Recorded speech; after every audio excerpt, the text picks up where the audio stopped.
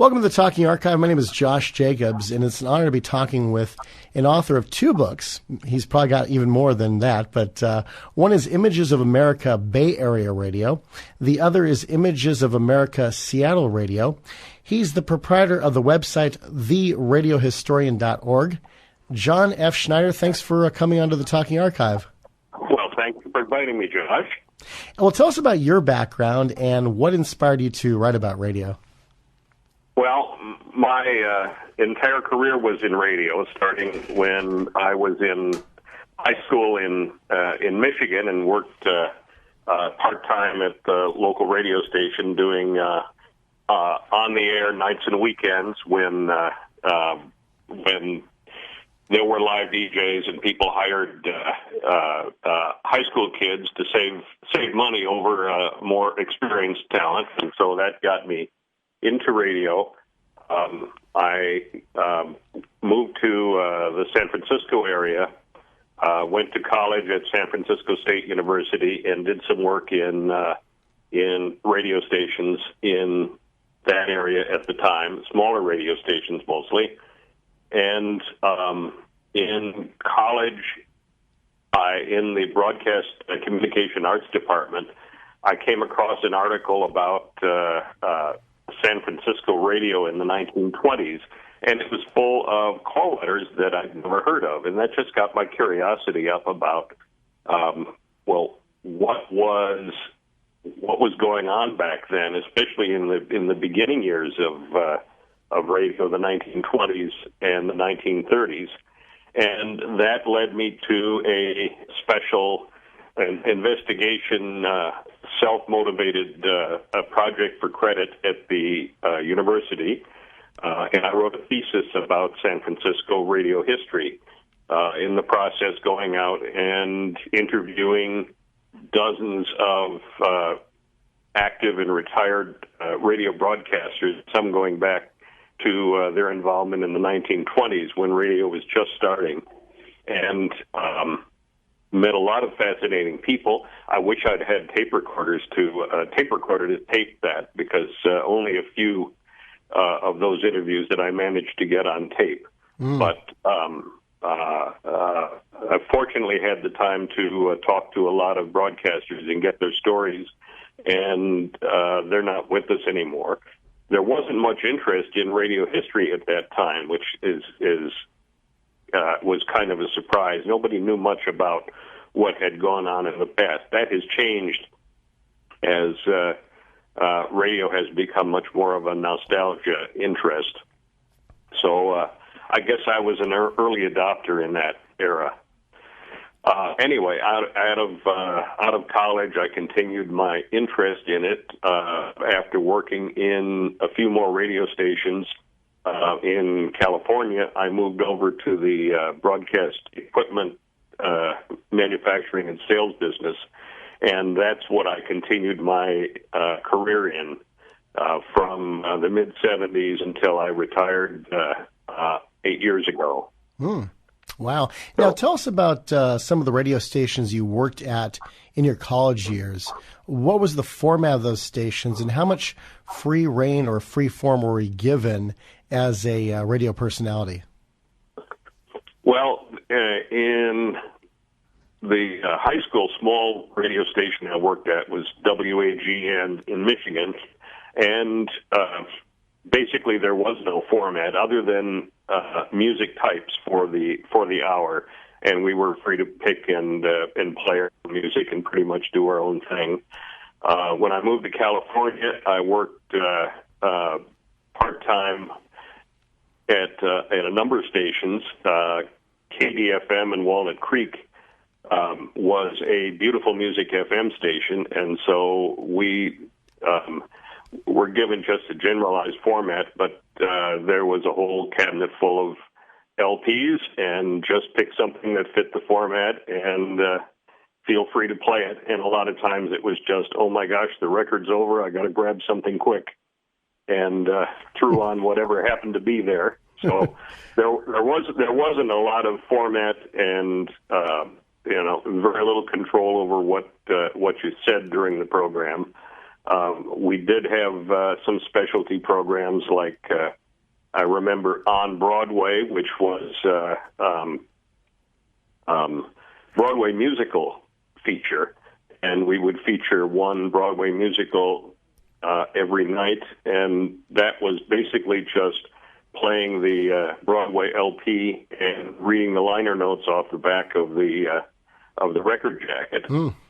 And one of my favorite things there was the Saturday Night Dance Party, where when I started with it, it was mostly music by Guy Lombardo and music of that genre kind of stayed in stuffy dance music. So I changed it on my own initiative to big band jazz from the 30s and 40s, and that became quite a popular program for a while and got a lot of listener response on that. And that was really a fun program to do.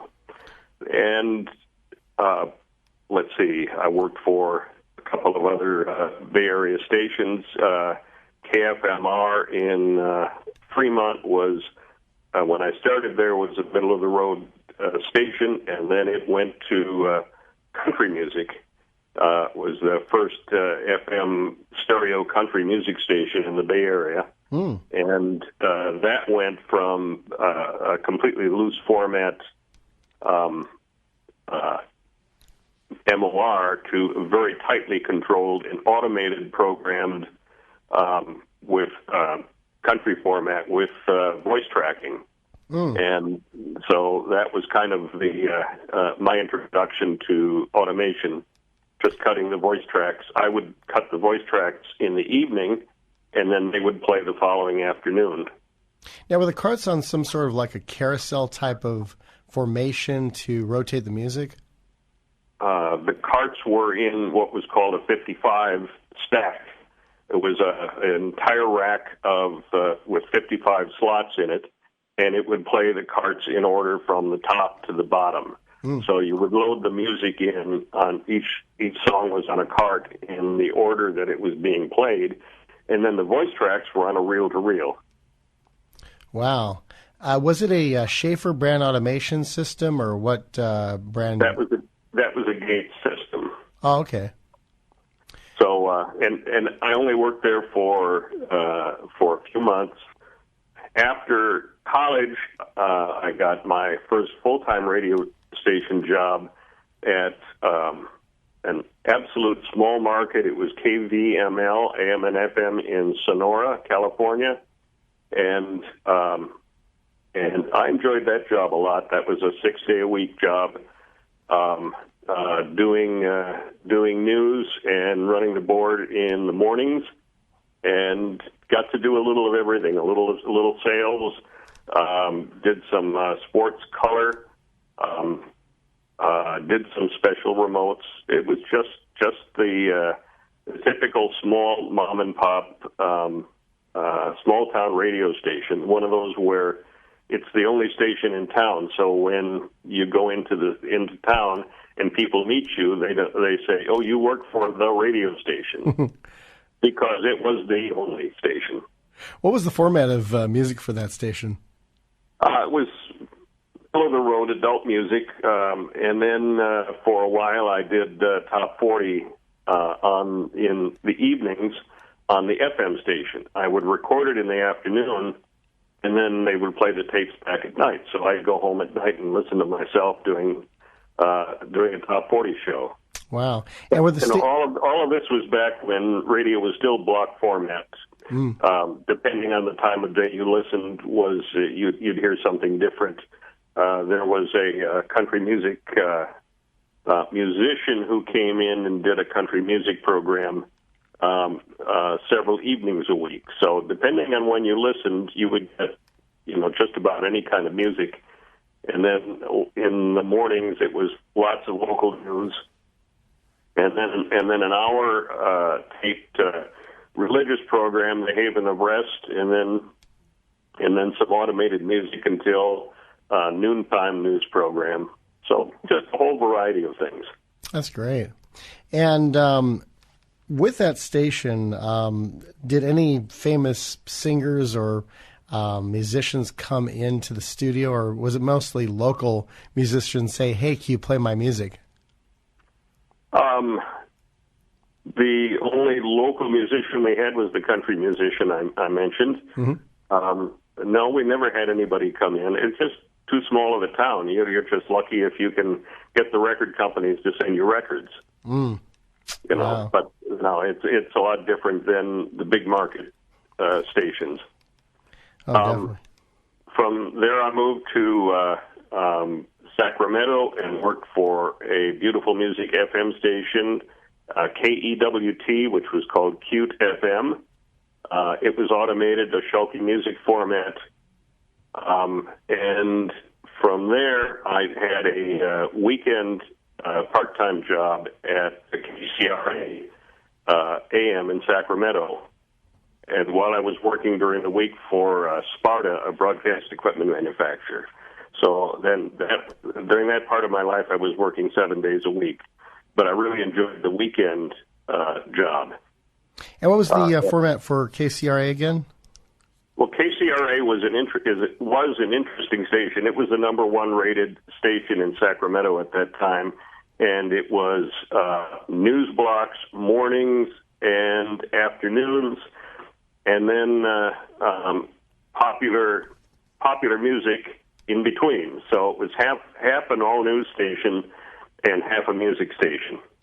Wow, that's a format you won't have today, would you? No, but you were starting to see the controlled, the more controlled format. We were given a list of these are the records you'll play in the order that you'll play them in, and we had NBC News on the hour and ABC News on the half hour. We did sports at 15 and 45, and then in between played the records according to the list we were given. Again, playing 45s from turntables. Wow! But it was a good station, as I said, very very popular. It was a union job, so I had to join the IBEW, which was the union there, to work weekends and get union scale. I wanted to go to work there full time, waiting for an opening. And while I was waiting for an opening, I got an off-job promotion offer at Sparta, the company I worked for, to go into traveling sales. So that meant I would be traveling on weekends and couldn't keep the radio job. So that was kind of the point in my life where, okay, you either go with on-air radio or you go into radio equipment manufacturing full-time. And the salary and benefits was much better with Sparta. So I took that job and resigned at KCRA and haven't worked at a real radio station since. Given what the radio industry has turned into, I think that was a good career choice because I did very, very well in that industry. Worked for Sparta, for McMartin. I had my own company for 16 years, a broadcast equipment distributorship called RF Specialties in Seattle, and then worked 10 years in international sales for broadcast electronics, and then 6 years with Ubiquity, the creator of HD Radio, doing international business development. By the way, speaking of HD radio, it made me think about that.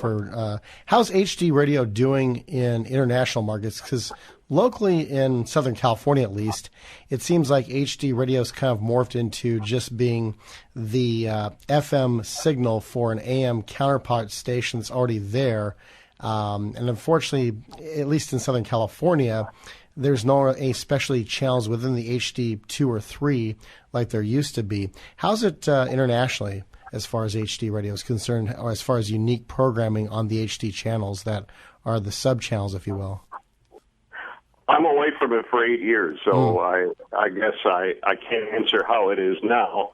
But HD radio is also being used commercially in Mexico and Canada. It's a North American system. I don't think it's officially being used in any other part of the world, although it might be experimental. My personal achievement during the time that I was with the company was getting it approved as the official standard in Mexico, and I understand there are now something like 170 stations on the air in Mexico with HD radio. So some of those are certainly doing alternate programming, but it may just be, I don't, other than the public broadcasting company, EMER, I don't think anybody is creating programming specifically for an HD channel.